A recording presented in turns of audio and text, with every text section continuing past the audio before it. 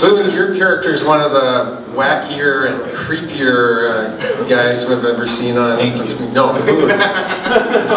Boone. How dare you look at me right in the eyes while you're saying that? Can you talk a bit about Frank and playing him, and Dan too? Talk about Richard is the character, I believe. Yeah. I wouldn't know. I've forgotten. Richard is, I've said this to these people, Dan and stuff. I looked at that when I saw the movie a couple of days ago.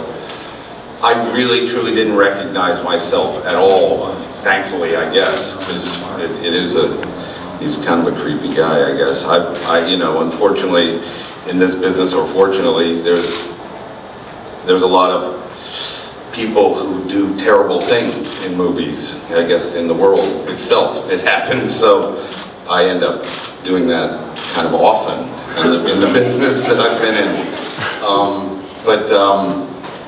You kind of have to like, when you're doing it, you kind of have to like yourself even when you're doing that, I guess.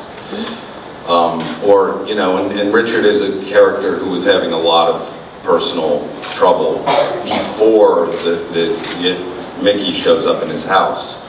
So she kind of just encourages him to delve into that troubled place that he's living. So I couldn't imagine being more proud of somebody that we cast in that part, which was extremely difficult for us to cast. I think our biggest fear of doing Elmore Leonard wrong was sort of indulging in eccentricity, so it became broad comedy, which we could have done with that guy, but Boone is such a smart and serious actor that it just felt so lived in and so real, and I never had to go to that place mentally. I didn't write the original material, and I didn't have to act it. Question for Jennifer Aniston. Obviously, as someone who is famous and we seem to think we know a lot about you, we probably know nothing about you. What is it about the last list of characters that you played that have drawn you to it? Because you look like you're having a lot of fun playing these interesting women in the last few films you made, including this one. Yeah, I am. I mean, I feel like it's almost, I'm just so grateful to be, continue to be asked, and now I feel like I'm having a lot more fun playing characters that I can kind of disappear into a little bit more than the norm. So for me, it just feels like a wonderful, second act, and I'm just thrilled because we all have a lot in us. It's just about being given the opportunity and having somebody who's excited and enthusiastic and a visionary like Dan who says, this is exciting to me. And it's usually the young ones, born in the 80s. But anyway. Jennifer, to sort of follow up on that, you won't remember this, but the first time I talked to you and interviewed you, you were on a little TV show called The Edge. Oh my God. going way back before he was born. It was a little... he was 10, I think. Yeah. It was a Fox sketch comedy show. Can you talk a bit about the evolution of your career since then, coming as a relative newcomer on the scene, and now are you looking now to do much more drama or more serious? I don't look to do drama, comedy, action. I really just am, as Tim was saying, at this stage, I really just want to do really good material, work with really wonderful people who are committed to doing just that. I'm not interested in egos, exhausting, time wasters. I have had a really wonderful experience over the last 24 years, so I'm just grateful. I just keep getting to, like I said, be asked back and having more and more fun. It's so weird that you said The Edge. I completely practically forgot about that. Where were we? It was a Fox party on the campus of some college in LA, and it was just a...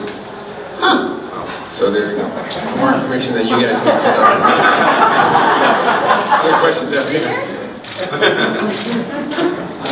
Another question for Jennifer. I was wondering if you could say a little something about the challenges that go into acting with your face covered, so actually acting, so with with your voice, or maybe just with one eye, just the kind of, it's an unusual challenge not to have that, not to have your face to act with. You know? Like movie shots, it's very nice.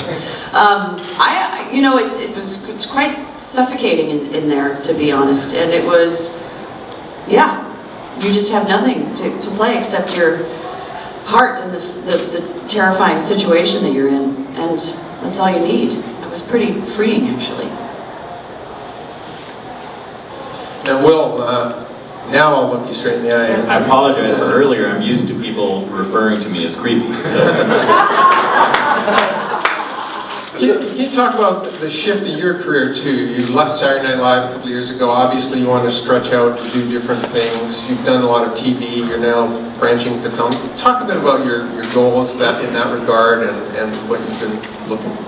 I didn't really have any goals to do anything other than just try to be involved in things that seem like interesting projects that would have me be a part of them. I didn't really expect for there to be a lot of projects that would want me to be involved in them.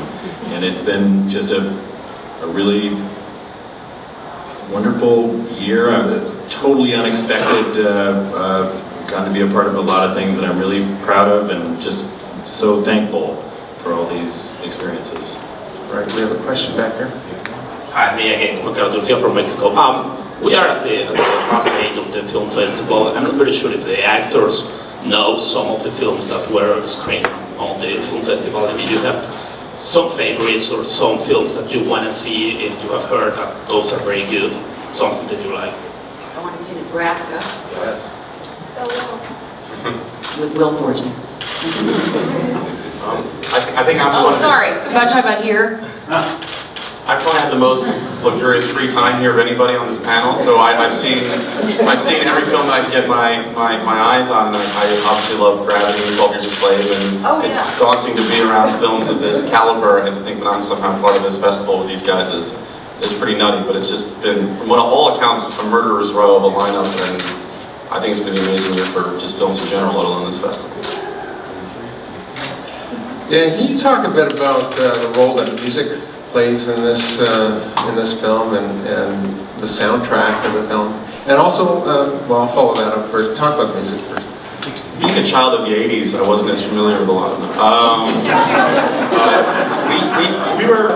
We were a humble film in size. We shot in 26 days, and we didn't have, a lot of money, so the music we just didn't have a lot of money for it, and my producers really helped me scrape together as much as we possibly could, but we had a great music supervisor who just kept sending me every, undiscovered gem or overlooked gem from the 70s, so I was just constantly listening to playlists, and then if there was a song that I heard on the radio that I wanted to try to get, you'd find out it was $45,000 or $60,000 or $100,000, and you'd want to cry, but we tried our best to get some really great, nostalgic, memorable songs in the film, and then some that I had never heard of before that I just listened to constantly. I'm really, really proud of the soundtrack that we ended up with. And can you talk a bit too about the visual look of the film? A lot of the camera angles focus on things like feet and on, wheels and sort of little gems that you threw in there. Can you talk a bit about?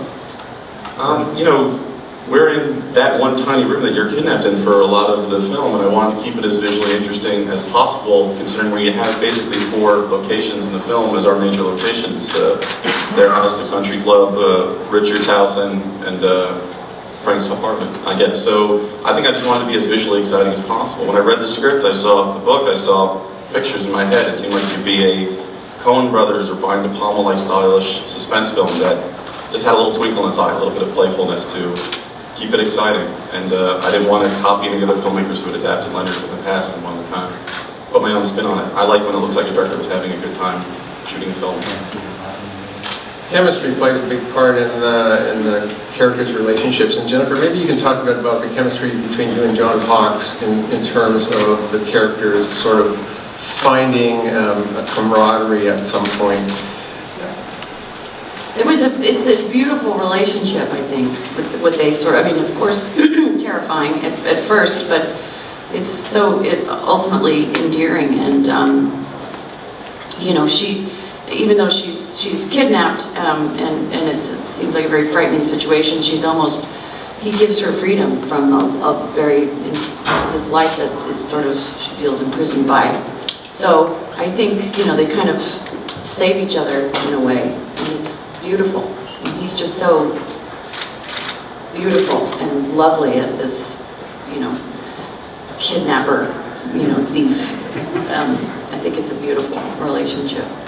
And did it take very long, or what did you do to sort of, you know, gel that chemistry sort of? It was just there. It was, honestly, it's just, you meet John and he's so present and very conscious and concerned if you're okay, and works really, he's very detailed, and we just kind of quietly went into it. There was not a lot of work to get us, you know, to get any kind of chemistry going. It was pretty much just organic. And that was what was, and also, you know, everybody, all of us, I think the cast is so beautiful and extraordinary in all the performances, and I really just think that also comes from having a really proper leader.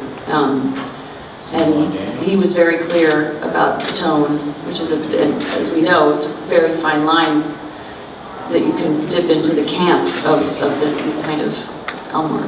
So anyway. You did mention that you didn't want to be beholden to any other films, and seeing as the fact that there are two characters from the film that had previously appeared in Jackie Brown, were you conscious particularly of not wanting to emulate that film, and also with your lead actors not wanting to seem in any way beholden to the two actors who previously played those roles? Both Jeff and John Hawkes made a very conscious decision not to want to look at Jackie Brown. So it was my script, the book, and our conversations that really informed those characters. But I'd be lying if I said when I picked up that book that wasn't a very exciting aspect to it. I'm a massive Jackie Brown fan, a massive Quentin Tarantino fan. And I also thought when I watched Jackie Brown, it closely matched the tone of his books when I experienced reading them. But I think I'm relieved to see that the final product didn't look like I was emulating that film anyway, but there are a couple little winks to that film that I wanted to pay some respect to, I guess.